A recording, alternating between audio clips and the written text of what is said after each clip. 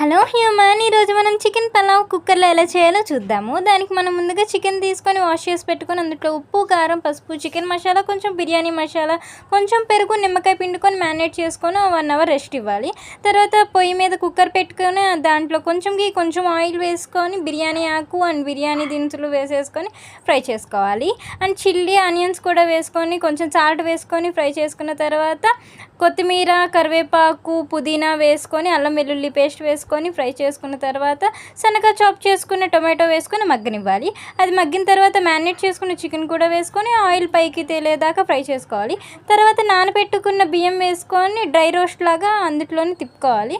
అది 5 minutes fry అయిన తర్వాత 1 కప్కి 1.5 కప్పు వాటర్ చొప్పున నీళ్ళు వేసుకొని ఉప్పు అడ్జస్ట్ చేసుకొని కొంచెం నిమ్మకాయ పిండి వేసుకొని మూత ఫిక్స్ చేసేసుకొని 3 విజిల్స్ వచ్చిన తర్వాత ఓపెన్ చేసేసుకొని సర్వ్ చేసేసుకోవడమే, అంతే. Bye human.